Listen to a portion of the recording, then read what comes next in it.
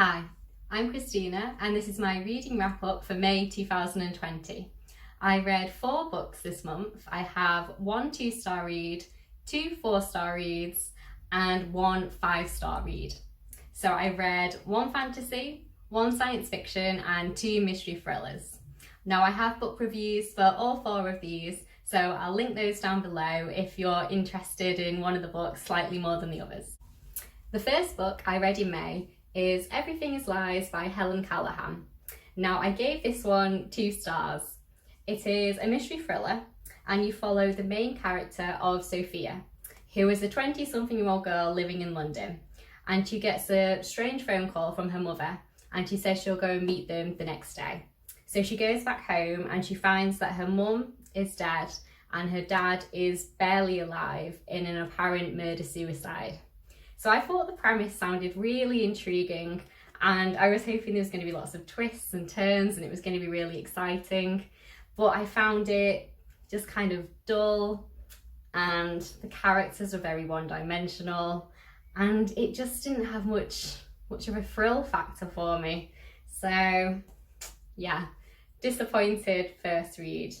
And if you want to know more of my thoughts about it, I did my first ever rant review on this book. So I'll leave that one down below if you're interested. I had quite a few things to say about it. It was just slow paced and I just found it very, very predictable. So that one was a shame. So the second book I read in May was A Knight of the Seven Kingdoms by George R.R. Martin. So I gave this one 4 stars. I really enjoyed this. It's a collection of 3 novellas and it's set 100 years before the events of A Game of Thrones. So it's at the time when the Targaryens are on the throne. And you follow the 2 main characters of Dunk, Sir Duncan the Tall, and Egg.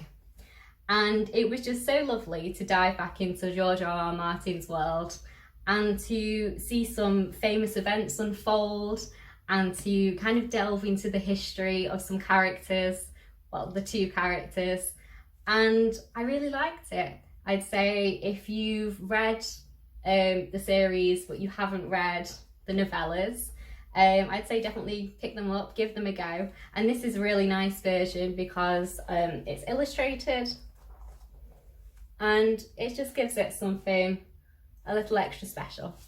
So yes, 4 stars. I'd really recommend this one. Next up is The 13th Tale by Diane Setterfield. Now this was a 5-star read for me. I think it's a brilliant, brilliant book and I think it's my favourite book that I've read so far this year. So you follow the main character of Margaret, who receives a letter from an infamous author called Vida Winter, and she wants her to write her biography. Now you follow Margaret as she's hearing the story that Vida's telling her about the March family who live at Angelfield House. And it's just such a wonderful story and the characters are so well developed and it's just written absolutely beautifully. And I just think it's just so good. I'd absolutely recommend this one. It's just excellent. And I have a whole review on this one if you want to hear a little bit more about it, about why I think it's so wonderful. It's really good. I think it's probably like a modern classic, if you can claim that yet. But I really enjoyed it and it's wonderful. So the last book I read in May is Dark Age by Pierce Brown. This is the 5th book in the Red Rising series. So you have the first Red Rising trilogy, and then you have Iron Gold, which is set 10 years after that. And then you have this one, which is set immediately after the events of Iron Gold. So this has to be my favourite science fiction series that I've ever read. And I really enjoyed this instalment. I give it 4 stars overall. It's a big book. It gets a lot more high stakes, I would say, from the original trilogy, and also Iron Gold. It gets a lot more bloody. It gets a lot more it gets a lot more dangerous for a lot of characters. I kind of feel like Pierce Brown is looming into George R.R. Martin's territory of killing off characters now. Like, he's really into the swing of killing off some of your favourites, which isn't a spoiler, because I mean, in a book that's set in a time where there's so much war, obviously it's, if you know anything about it, it's, how to explain this? So you have the main character of Darrow, and you're in a colour system. So people at the bottom are reds, and then you go all the way up through the colour system, and at the very top you have the golds, and they're kind of the ruling class of society. And the reds are essentially an enslaved race. So you have Darrow, who is a red, and his aim is to kind of overthrow the government and society as it is, and to free his people from slavery. So, I mean, there's a lot more to it than that, but at a very kind of broad stroke, that's what it is. So obviously when you're 5 books in and you have so much war between, there's so many different players now, so many different enemies for Darrow, that obviously some of your favourite characters are going to start dying, and it's good.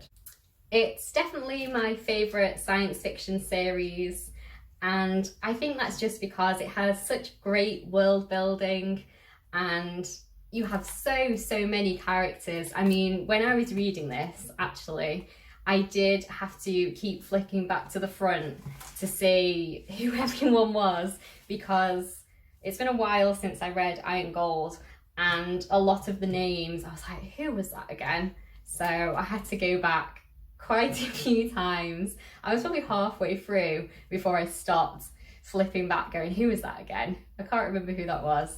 So yeah, great world building, lots and lots of characters, and they're all really well developed. Like, you have backstories for, I would say, basically every single character, and there's a lot of blood and gore, and I do think it probably would be for fans of maybe a Game of Thrones, because I think I see some kind of similarities.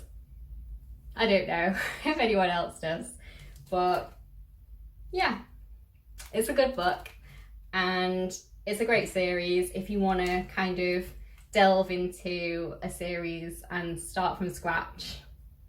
You've got 5 relatively big books.